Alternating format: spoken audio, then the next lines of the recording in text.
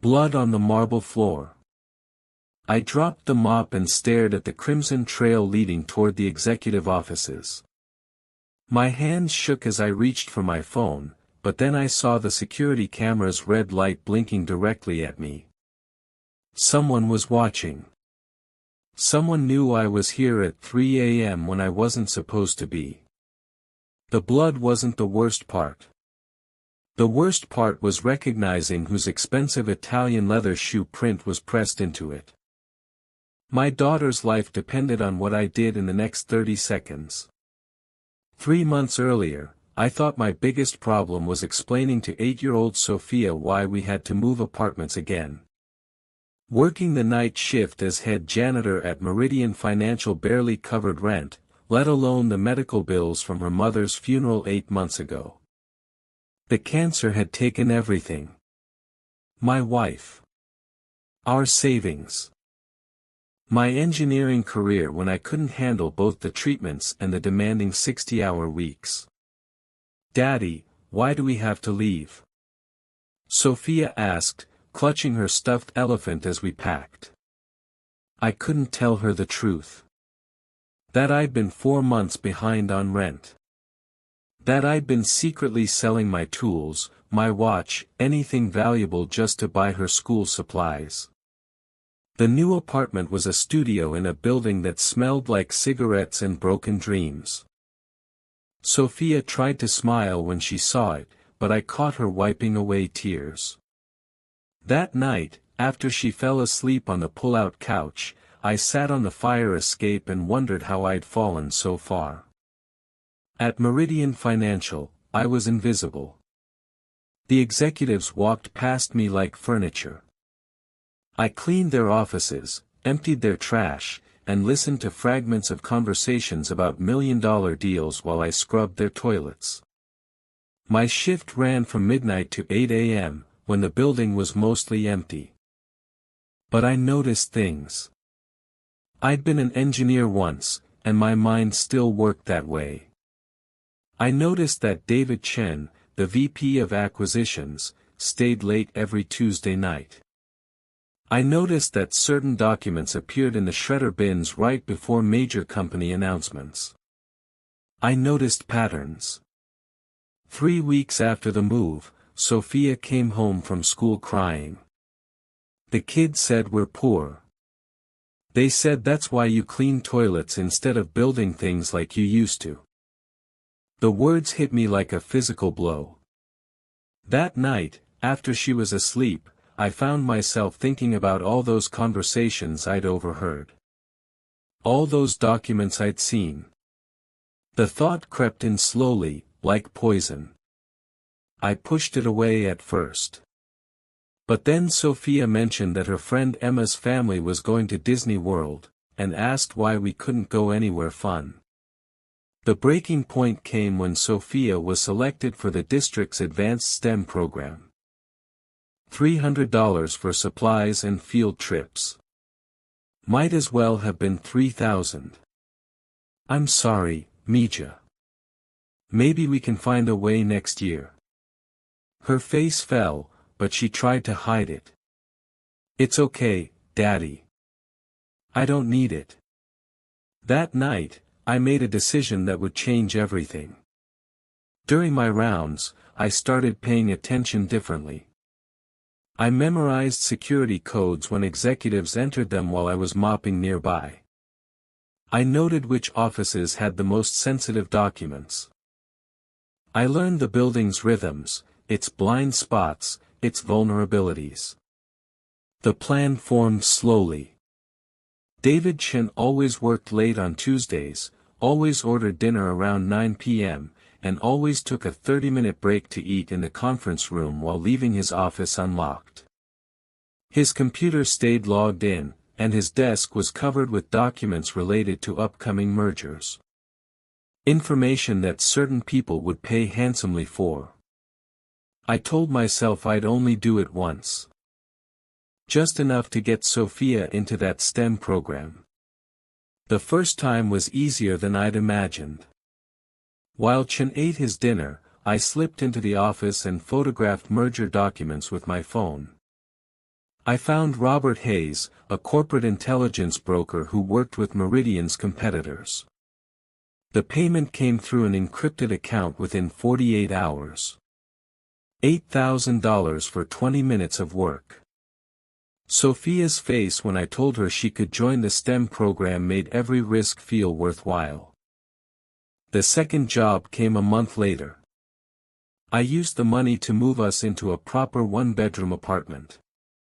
Sofia decorated her new room with butterfly stickers and called it her sanctuary. By the fourth job, I had developed a system. I knew which information was most valuable, which documents Hayes's clients wanted most. I was methodical, careful, and increasingly successful. The money transformed our lives. Sofia had new clothes, proper supplies, and growing confidence. Her grades became exceptional. "Daddy, guess what? Mrs. Patterson says I might qualify for the gifted program next year." I felt pride and terror in equal measure. Everything good in Sofia's life was built on betrayal. The fifth job was different. Bigger. Hayes contacted me about a massive acquisition that Meridian was planning. Information worth $50,000. Enough money to secure Sofia's future through college. But that Tuesday night, everything went wrong. I was in Chen's office, photographing the Yamamoto Industries acquisition documents, when I heard voices in the hallway. It was 9:15 p.m. Chen should have been eating dinner for another 15 minutes. Panicking, I slipped into Chen's private washroom just as the office door opened.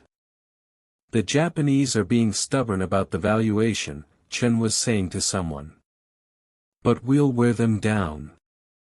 I crouched behind the door, my heart hammering so loudly I was sure they could hear it. Through the crack, I could see Chen and Jennifer Walsh, head of corporate security, reviewing documents at his desk. "Any word on the leak investigation?" Chen asked. My blood went cold. "We're getting close," Walsh replied. "Someone's been accessing sensitive information for months. We've narrowed it down to a few possibilities." They talked for another 10 minutes about the acquisition, about security protocols, about tightening access to sensitive areas. I stayed frozen in the washroom, afraid to breathe too loudly. Finally, they left. I waited another 15 minutes before emerging, my hands shaking as I gathered my supplies. The job was blown. Worse, they suspected someone was stealing information. It was only a matter of time before they figured out it was me. I went home that night knowing my criminal career was over. One way or another. The next morning, I dropped Sofia off at school like always, but something felt wrong. A black sedan was parked across from our apartment building. The same sedan I'd seen near Sofia's school that morning. My phone rang as I was walking to the bus stop. "Marcus Rodriguez? Who is this?" "Someone who knows what you've been doing at Meridian Financial. We need to talk." The man waiting for me was thin, well-dressed, and utterly forgettable. "My name is Thomas Gray. I represent certain interests that compete with Meridian Financial. You're with Hayes. Mr. Hayes works for us occasionally. As do you, though you didn't know it." I felt sick. "You set me up.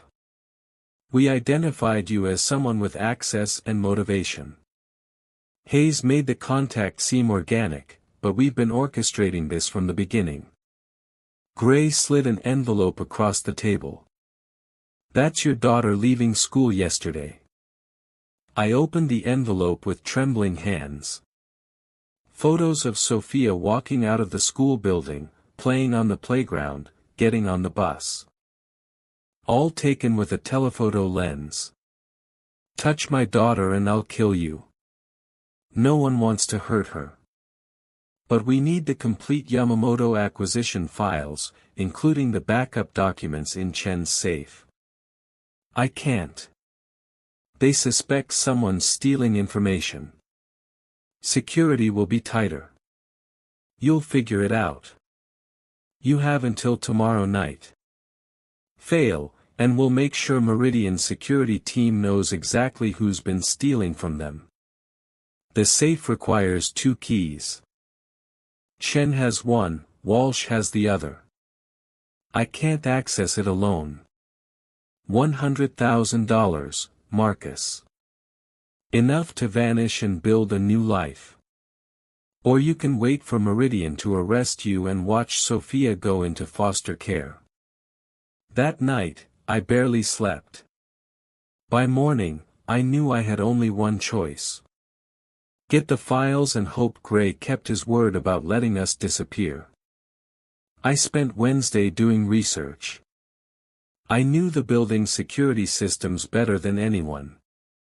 Walsh always did building rounds at 2 a.m.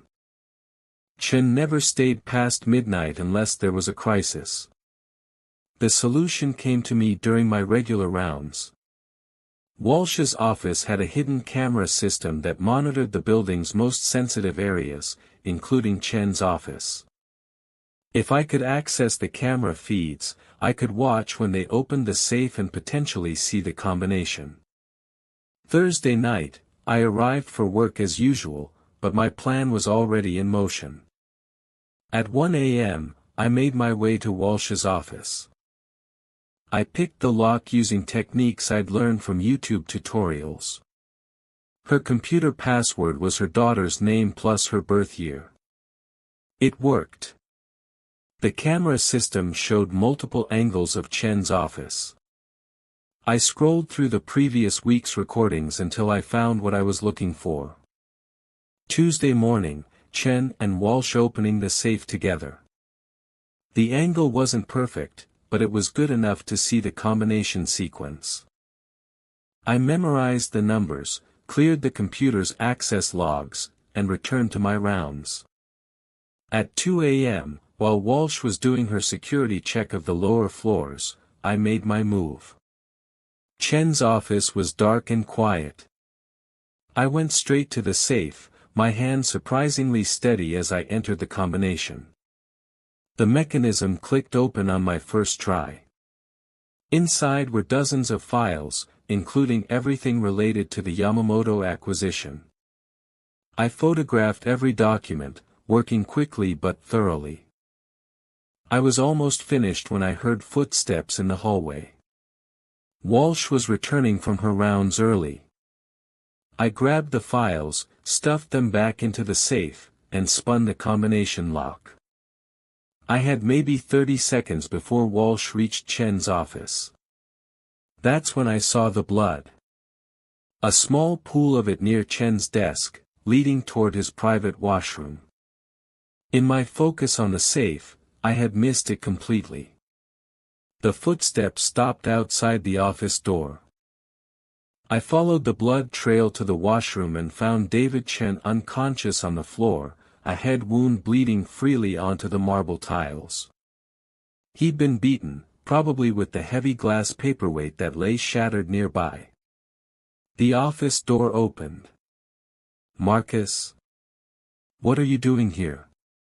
Jennifer Walsh stood in the doorway, her hand moving toward her security radio. "I found him like this," I said, kneeling beside Chen. "He's hurt bad. We need to call an ambulance." Walsh stepped closer, and I saw something in her expression that made my blood freeze. Not surprise. Not concern. Recognition. "You weren't supposed to be here tonight," she said quietly. The pieces fell into place with horrible clarity. Walsh wasn't investigating the thefts. She was behind them. She'd been using me as her unwitting accomplice, feeding information to Gray and his organization while letting me take all the risks. "You set me up from the beginning." You were convenient. A desperate man with access and motivation. We needed someone to take the fall when this operation concluded. And Chen. He was getting too close to the truth. Asked too many questions about security protocols. I looked at Chen, who was barely breathing, then at Walsh, who was now holding a gun. You can't cover this up. Too many people know about the thefts. Actually, it's perfect. The thief finally got caught in the act and things went wrong. Chen confronted you, you panicked and attacked him. I realized with crystal clarity that Sofia and I were both going to die tonight unless I acted. Chen's desk had a silent alarm button that connected directly to the police. I'd seen him use it during a bomb threat the previous month. I need to call an ambulance for Chen, I said, moving slowly toward the desk. Stay where you are. I lunged for the alarm button. Walsh fired, but I was already rolling behind the desk. The bullet shattered Chen's computer monitor. I slammed my hand down on the alarm button and kept moving, grabbing the broken paperweight as Walsh came around the desk. She fired again, missing in the darkness. I swung the paperweight at her gun hand. She screamed and dropped the weapon. In the distance, sirens were already approaching.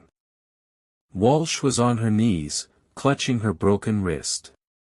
You don't understand what you're involved in. Gray's organization will never stop hunting you. Then I'll make sure the police understand everything. The next hour was chaos. Paramedics treating Chen, who was alive but barely conscious. Police questioning me while forensics teams processed the scene. Walsh being arrested. I told them everything. The theft, the extortion, the photographs of Sofia, Gray's threats. I showed them the photos on my phone, the encrypted payment accounts, the evidence of months of corporate espionage. Detective Sarah Morrison was the lead investigator. Mr. Rodriguez, you understand you'll be charged with theft, corporate espionage, and breaking and entering? Yes. Why did you decide to tell us the truth? I thought about Sofia, probably asleep in our small apartment, unaware that her world was about to change forever. Because I want my daughter to know that when everything went wrong, her father finally did the right thing. The investigation took months. Gray and his organization vanished, but they'd left enough digital footprints for the FBI to track their other operations. Walsh eventually pled guilty to attempted murder and conspiracy in exchange for information about the criminal network. Chen survived but retired from corporate life. I was sentenced to 18 months in prison, with possibility of parole in 12 months for cooperation with federal investigators. Sofia went to live with her maternal grandmother, Elena, who had moved from Mexico to help care for her. Daddy made bad choices because he was scared and desperate, Elena explained during one of Sofia's visits to the prison. But when it mattered most, he chose to protect people instead of himself. In prison, I taught GED classes and tutored inmates in mathematics and basic engineering principles. I found purpose in education, in helping people who'd made mistakes find paths to better lives. Sofia visited every weekend and wrote letters every day. Mrs. Patterson says there are scholarships for kids like me, she wrote in one letter. Kids who are smart but don't have much money. I wrote back immediately. You should apply for anything that interests you, Mija. But remember, your worth isn't measured by what you can achieve. You're valuable just because you're Sofia. After 11 months, I was released on parole. Elena had found me a job with a small engineering firm whose owner believed in second chances. Sofia, now 9 and more mature than any child should have to be, hugged me at the prison gates. "Are you going to be okay, Daddy?" "We're going to be okay. All of us. Together." We moved into a small 2-bedroom apartment near Elena's house. Sofia decorated her room with butterfly stickers again, but this time I helped her. "Even when caterpillars have to dissolve completely to become butterflies," Sofia said thoughtfully, "they're still the same creature inside. Just, better." I looked at my brilliant, resilient daughter and realized that somehow, through all my failures and mistakes and the terrible consequences that followed, we'd both been transformed into better versions of ourselves. "I'm proud of you, Mija. I'm proud of you too, Daddy." It took courage to choose the truth when lying would have been easier. I had lost 18 months of my life, my career trajectory, and my illusions about who I was capable of being under pressure. But sitting in our modest apartment, helping Sofia with her homework while Elena cooked dinner in the kitchen, I knew I'd found something more valuable than anything stolen information could have bought. I'd found redemption, second chances, and the knowledge that integrity, even when it comes too late, can still light the way forward.